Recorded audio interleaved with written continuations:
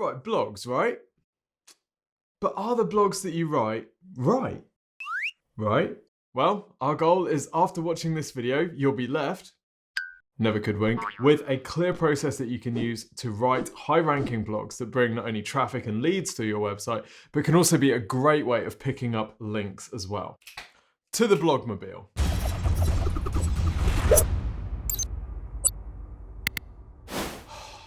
Blogs, Tim. I know. For most businesses, their blog feels utterly pointless because nobody reads it. And if no one's reading your blog, then it is utterly pointless. But I can only assume that this is how most businesses choose what to blog about. It's the 6th Friday of the month, it's 4:45, I am definitely clocking off at 5, and Simon from Tech has just said I need to write one of his blogs for the web duty. Does anybody know what I'm supposed to write these blogs about? Dave from Facilities said that the sewage company have just upgraded the soil pipe in the warehouse. Perfect. Trish's nephew's roommate just had triplets, you know. That'll do. They are kittens, not humans. Does that matter? That will do. So a common use for a company's blog is, I guess, a bit like a dumping ground for the sort of corporate news that no one really cares about and nobody would miss. But you're on the Explosion Ninja channel, I recognize you, and that means that you know when we talk about blogs, we're really talking about any page of content which is informational. So it could be an actual blog, it could be a news item, it could be a knowledge-based page, or any user bio guide, that type of thing. Basically, a piece of content on your site that is designed to rank or is designed to help your users in some way. And as a regular viewer of the channel and subscriber, you'll know that one great way to use your blog is to answer potential customers' top questions with your posts. So for example, if someone is in the information or they're in the research stage of the buying cycle and they type in a question like, which X should I buy? Up pops your post. You can then get them on your site. You can either send them through to the relevant page on the rest of your site, or you can convert them using a low commitment informational stage call to action, or you can run retargeting ads to them.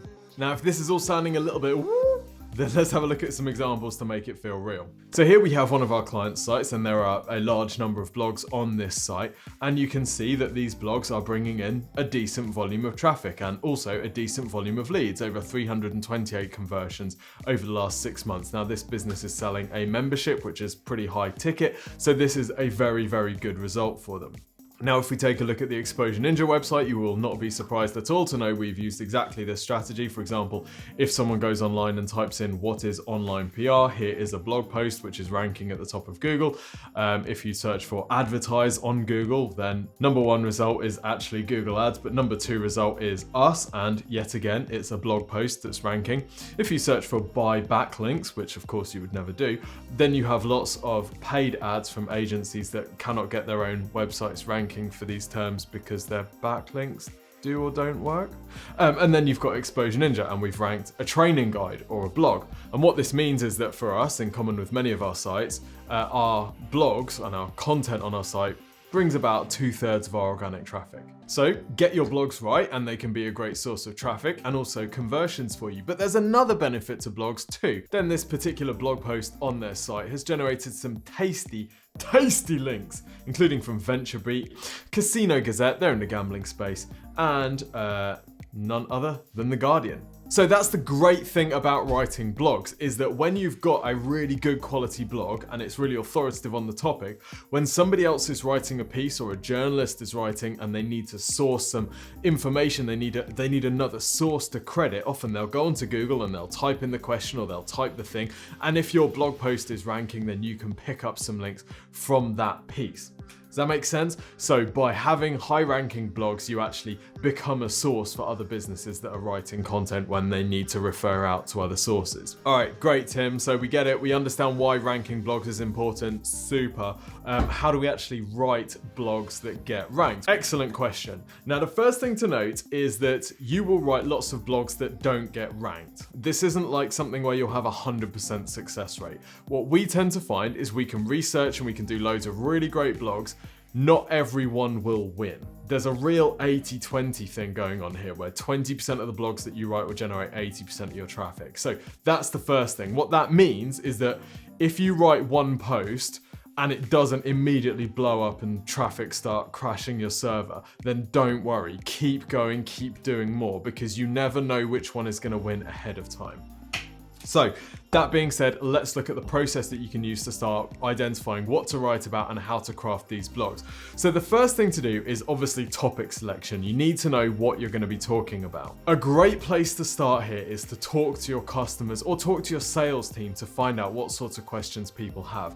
Now, it's worth keeping in mind that people have different questions at each stage of the buying journey. So whatever model you use, whether it's attention, interest, desire, action, I personally use a much simpler model, which is basically curiosity, research, and intent. Okay, so imagine that you're going to buy something. You'll typically go through 3 stages. The first stage is when you're aware that this thing, or you might have a problem. This is the curiosity stage. So you're on Love Island, you see someone with really white teeth, you're like, teeth whitening. Right? You're curious. At the moment, you're not ready to buy, you're just looking at different options. Then you start going into the research phase. So this is when you start digging a little bit down and you start sorting possible solutions. So you're doing your Love Island research and you see, oh, they've got really white teeth, great. So we've got a few different options here. It looks like we've got teeth whitening strips. It looks like we've got, professional teeth whitening. We've got a machine that beams the lasers into your face, or whatever, right? So at that stage, you're in the research phase. So you might start looking at things like crest whitening strips reviews. Okay, that might be a phrase that you're interested in as you're trying to narrow down your different options. Then you'll move into the intent phase. So this is when you start really looking for something to buy. So crest whitening strips, free delivery, for example. So we've got the different stages of the buyer journey, and your customers are going to have different questions or different needs at different stages. So in this phase, you're really doing some thinking and you're brainstorming and you're just jotting down ideas. What sort of things would your customers be asking if they've got the problem that you solve, or they're looking for a solution like yours? The next thing that you want to do is to start validating those guesses with some tools. So we use a few tools for this kind of blog topic research here at Exposure Ninja. Number 1 tool, top of the pile, completely free, Answer the Public. So we'll head over to Answer the Public. Let's say, for example, now I've just bought a video tripod so that the camera doesn't shake when I jiggle around, right? Because I jiggle around sometimes. So what we might do is go to answerthepublic.com and type in video tripod. And what this is going to do, you've probably seen Answer the Public, it's going to give you all of the questions that people are asking about video tripods. So these questions could make good potential blog posts. Now, there aren't too many for video tripod, which is kind of interesting. Let's have a look at what they are. The tripods video game. What is a video tripod? Where to buy video tripod? Can you use a video tripod for photography? How to choose a video tripod? How much is a video tripod? How to use a video tripod? Video on a tripod. Okay, so not the best example in the world, but we got some more down here. Video tripod for iPad, video tripod for photography. Video tripod for DSLR, video tripod for iPhone, video tripod on wheels. So you can see lots of different kind of variations and questions that people have. Now, what we're really looking for here is we're looking for questions, or we're looking for searches which indicate somebody is in either the curiosity or the research phase typically. Because if someone is typing something like buy video tripod, they're in the buying phase. So Google is usually going to show buying results, right? It's going to show pages that have commercial intent rather than these information pages. So things like how to choose a video tripod, absolutely perfect. Okay, perfect sort of topic to write a blog post. So let's head over to Google now and let's just have a look how to choose a video tripod and just see what we've got. So let's have a look. Firstly, we can see that there is a featured snippet. So this is clearly an informational search. Let's open that one. We'll also have a look at this one and this one as well. You can also see that there are some videos here. Now we'll come back to that in a minute. Okay, so we think that that might be a good potential keyword to target and maybe a good blog topic to run. So what we're going to do next is we're going to go over to SEMrush, or any tool that gives you keyword volume, and we're just going to check that enough people are searching for this topic. Okay, so we're just going to stick this in the keyword overview. Let's say that we're targeting the UK. Now at the moment it's saying there's no search volume for this.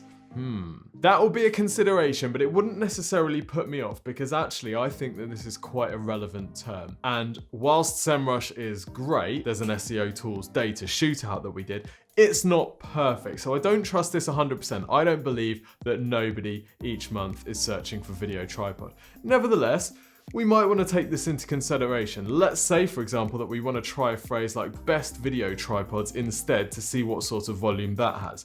So SEMrush is telling us that there are 110 searches per month, or 1,200 searches around the world each month on average. And we've got an indicative cost per click of $0.3, which means that there is some commercial intent there. Advertisers are willing to spend money for this phrase, which makes sense because it is a kind of semi-commercial informational phrase. So this to me looks like a good phrase. So I was gonna go to how to choose a video tripod. Maybe now I'm gonna go a bit more towards best video tripods. So once I've picked my topic and there's some search volume in there and it seems to be relevant for my business, the next thing I'm gonna do is head over to Google and I'm gonna search for it.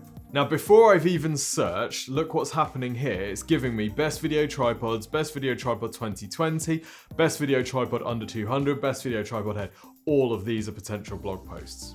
Okay, so what you might do is something called the fishbone strategy, where you write best video tripods. This is a really long, detailed post, and then you use these as kind of sub posts which sit underneath it. These might also be subheadings in your blog post. When we talk later about how to create your blog, we'll talk about how to choose headings for your blog. These would make great subheadings. So best video tripod under 200, under 300, over 500, best video tripod for mirrorless camera, best video tripod for DSLR, best video tripod for compact camera. So you can see here how post is actually starting to write itself. Anyway, stick to the topic at hand, Tim. So the first thing that we're going to do is analyze these best ranking pages. Now, if we're going to beat these blog posts in ranking, we need to deserve to beat them in ranking. So we need to make something which Google can say, yeah, do you know what? You have written a better post than Digital Camera World, so we're going to reward you with top ranking. So that's the kind of frame that we're looking at this from. Here we go, the best video tripod in 2021. So we see that they've targeted that year search, which is a savvy move. Then every year you just update the title. Camera supports with fluid head for video makers. Okay, so we've got some kind of related terms in here as well. Then we've got a subheading, which here are the best video tripods. Great, so we're telling Google that it's relevant. The best video tripods also used in the first paragraph, so looking pretty good so far. Then we've got alternative content topics, and this is a really interesting strategy. Now, there's two ways of doing this. First is by using a table of contents, which they've kind of got on this side, which is designed to basically do two things. Firstly, get me to the information that's most relevant for me as quickly as possible, which is a good thing because it decreases bounce rate. But the second thing is, if I click on this, I'm interacting with the page. They're going to see it as not being a bounce, which helps them understand how people are using the page. But on this section, they've actually got kind of related content, which is a kind of interesting strategy because they're already trying to drag me away from this blog post. But the reason that they're doing that is in case one of these topics looks even more relevant than the article I've landed on. What they're really trying to avoid is people bouncing back to the search results page. Okay, cool. So we'll have a look through this post, but it looks really in depth. It's complete. It looks like an affiliate post. So they're obviously, these are all affiliate links that they're being rewarded for. And that's great. And we've got a bit of information about each one. We've got a picture. We've got some pros and cons. These little pros and cons are really easy to consume, which I really like, but there's not loads of detail. They definitely could have gone into more detail here. First thing I could do is have more tripods. There's only 10 on this page. I could maybe have more. That might help people, particularly if I categorize them under, they've got 3 categories here, but if I had a top 10 for each one, and then I had categories for under 200, under 500, whatever the price benchmarks are, that could really help. But I'm also thinking I could give a bit more detail about each tripod, potentially finding a video, either recording it myself or adding one from YouTube about each of these tripods, because that might keep people on the page a little bit longer. Let's have a look at this post. So firstly, this site looks a little bit more basic. Recent post at the time of filming this, it's January 2021. So this is a recent post. Similar kind of thing. Looks like an affiliate site. got a bit of information here. We don't have any easily comparable stats, so pros and cons. I can't see a table of all their features. It's actually quite difficult for me to remember what's being covered here. So I'm seeing this, there's a lot of detail, which is great, but maybe it's not as useful as it could be. So I'm starting to think, do you know what? I probably could beat this on quality. Right, let's have a look at this one. So Wex is an e-commerce site, it looks like. This is an old post from 2019. So immediately I'm thinking, hello, let's update this for the year, and that could help us because that's going to increase our click-through rate from Google if people see that it's more up to date. Then we've got affordable tripods. That's not what I searched. I searched best, right? So this may or may not even be relevant to me. So if I see stuff like this ranking, I'm thinking, this is cool. I might be able to beat this stuff. Then it's all focused on the more budget end of the market. Oh no, then we've got some more up here, but it's really confusingly laid out. They didn't tell me that that's what they were going to do. So I land on this and think, well, if I'm not at the budget end of the market, then this isn't the post for me. So there's a layout tweak I would do here. So you can see that as you're looking through your competitors' blog posts, the ones that are ranking for the term that you're interested in targeting, you're just looking at what are they doing well, what could you improve on, what would you change? All you're trying to do is build up a picture in your mind of what does the best possible post for this term look like. Now, generally the quality bar with blog posts is rising, and it's rising fast. So the stuff that we'd write in 2017 to get ranks doesn't really stand a chance today. A lot of the stuff that we're writing now is much longer form, and you'll tend to find that longer posts work well. There is a caveat here. If you're just giving someone a very quick answer to a question, then forcing them to hunt through pages and pages of dense body copy can be a real challenge and can actually increase your bounce rate. So you want to give people the right amount of information for them, but usually if you can give them some good information, then give them a lot more detail if they prefer to dig through all of that. That's a really good start. So the next thing to think about is how you actually write your post. So how we tend to format a post like this would be firstly to choose your heading. Now this would be the phrase that you're targeting. So best video tripods 2021, for example, which seems to be the sort of thing that we've settled on. What we might do then is include subheadings which refer to this topic and give a bit more granularity, if you like. So best video tripods on a budget, best travel video tripods, best premium video tripods, best DSLR video tripods. So either using Answer the Public or using SEMrush or whatever keyword research tool. By the way, you can get a free trial of SEMrush from thankyoninjas.com. You can start to identify what your subheadings in your blog post might be. A lot of people really struggle to write longer form posts which are interesting and relevant. But what we're really doing here is we're identifying lots of subtopics or sub-questions that people might have about that topic. And then we're just using those as headers, writing a bit of information about those. And before you know it, you have a monster blog post. If we look at some of the ones that are ranking, for example, how to advertise on Google and earn more traffic from our website, which is ranking second for advertise on Google, you can see that what we've done is we've broken down the sub-questions that people would have. So what is Google Ads? How does Google Ads work? What are the benefits of using Google Ads? How much does Google Ads cost? How to advertise with Google Ads? Long infographic. How to advertise on Google Maps, information about that, how to advertise on YouTube, how to track Google Ads success. So we've written a really long, in-depth and detailed post. You'll also see that we've used other media types as well. So for example, video. So you can either record video yourself or you can embed third-party assets. So here we've added an image from bestppc.marketing. Now we've credited them, so we're being legit. We're not stealing it and using it as our own. They've got a link out of it. But doing this type of thing gives you a much richer and more engaging post. It's really important if you're going to rank your blogs that they are engaging and they are informative, because if they have a very low time on page or if they have a very high bounce rate, what you might find is that the ranking starts to suffer. So you want really engaging, useful, informative posts. So these kind of subheadlines are great because they allow you to break up the topic. You might also want to include a linkable table of contents in your blog post if it's really long, to help people find the right section for them quickly and easily. What about writing style? How do we need to write these? Well, the general rule of thumb is to imagine your best salesperson talking to your best customer. That should be the sort of level that you're pitching your blog at. So if you're a very technical business and you're talking talking very technical to your very technical customers, then it's okay to write a technical blog post. On the other hand, if your customers are relatively new to your market and they don't really know how to buy from you, then your best salespeople will probably talk in a very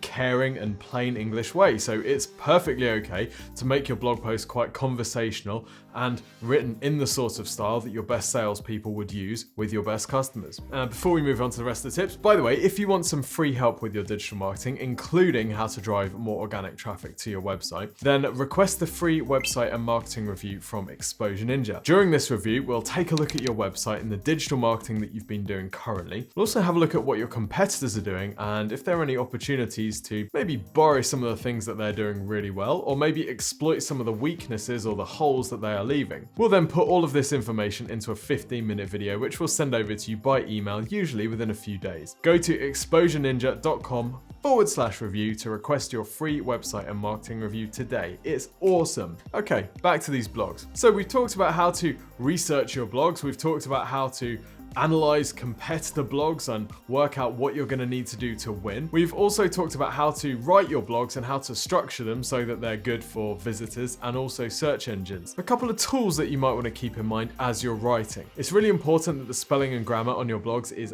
top notch. Just because you might be writing them in a conversational or informal style, which is okay by the way, you still want to put them through the Hemingway app and also Grammarly to make sure that the readability and the spelling and grammar are top notch. So you might go through this whole process, great, I've done it. And then you launch your blog and you sit and you wait. What happens? Well, maybe you'll start to notice your blog increasing in ranking. Maybe also you won't. Unless you're in a very uncompetitive market, ranking blog posts takes time. Sometimes you can just leave the post and it will increase in ranking over time as Google starts testing traffic to it, people start finding it naturally. Sometimes you might want to give it a little bit of a boost. So some of the things that we've done, for example, doing outreach to that blog post. Let's say, for example, that you put together the best video tripods 2021 guide. Well, you might want to do some research out to sites that are used by video makers and say, hey, I've just put together this ultimate guide to video tripods in 2021. Is this the sort of thing that you think your audience would find interesting? Or maybe, would you like me to write a version of this guide for your site? Or would you like me to give you the comparison table from this guide to have on your site? They will say, yeah, cool, why not? Let's do it. And then you get a link back to your site when they include the table. You might also want to compile some data in your guide. For example, that you ask your email list for their opinion on the best video tripod and you compile this data into here's what video makers think the best tripod is in 2021. Then you have a piece of data which you can reach out to publications and say, hey, we just conducted a survey on the best video tripods. Would you like to see the results? You might also record a video of your blog post and put it on YouTube and include a link to your blog in your video description. There are loads of different ways of getting links to your blog post, but sometimes getting some links to your blogs can really help you to increase your ranking without having to wait for them to naturally be picked up by Google. And then of course you'll want to keep writing blogs and link to your blogs from other pages on your site. So you can link to your blog from other blog posts that you're writing, as well as potentially service or product or category pages on your site where relevant. Okay, let's recap then with some actionable tips. How do you write blog posts that rank at the top of Google? Well, the first thing is to map out the questions that your potential customers might be asking, which would indicate that they are a potential customer of yours. The second thing that we did is gather some data and do a bit more research around these questions. So we used Answer the Public, we used Google's own suggestions in the search bar, and then when we found a topic that we thought we might want to target, we put it through SEMrush to check that there was some search volume there. The next thing that we did is competitor research. So we had a look at what the sites and the pages already ranking for those terms did, so we could start to get a feel for what we're going to need to do to unseat those top ranking blog posts. Then we wrote our post. We used the different subheadings and we made sure our post was detailed enough that it could be the most detailed post for that topic, but not overkill, and we didn't want to bury the information that people really needed in dense, hard to find body copy. We still want to make our post engaging, so we may have added a linkable content section or even just nice clear subheadlines so that people can find the information they need as quickly as possible. Then we put it through the Hemingway app and checked it with Grammarly to make sure it was tickety-boo. We added any media that we could, either from our own media assets like YouTube or whatever, or we found stuff on other other websites which look like a good fit, and we included that in our post linking to the original source. Then we publish. Depending on your resources, depending on how competitive your space is, then you either sit back and see what happens, or you start building a few links to your blog post to help it rank a little bit faster. So I hope that's been useful. I hope you've learned something which you can apply to your digital marketing today. Don't forget to drop us a like, subscribe to the channel, and also tell us, what are you going to blog about? And also, if you want some feedback on your blog posts, drop us a comment. Tell us what you're planning on blogging about, and we'll give you some feedback. Don't worry, we're lovely. Really, mostly. And of course, don't forget to visit exposureninja.com to request your free website and digital marketing review. If you're interested in working with us on this stuff, that is the first step to take. Until next time, see you soon.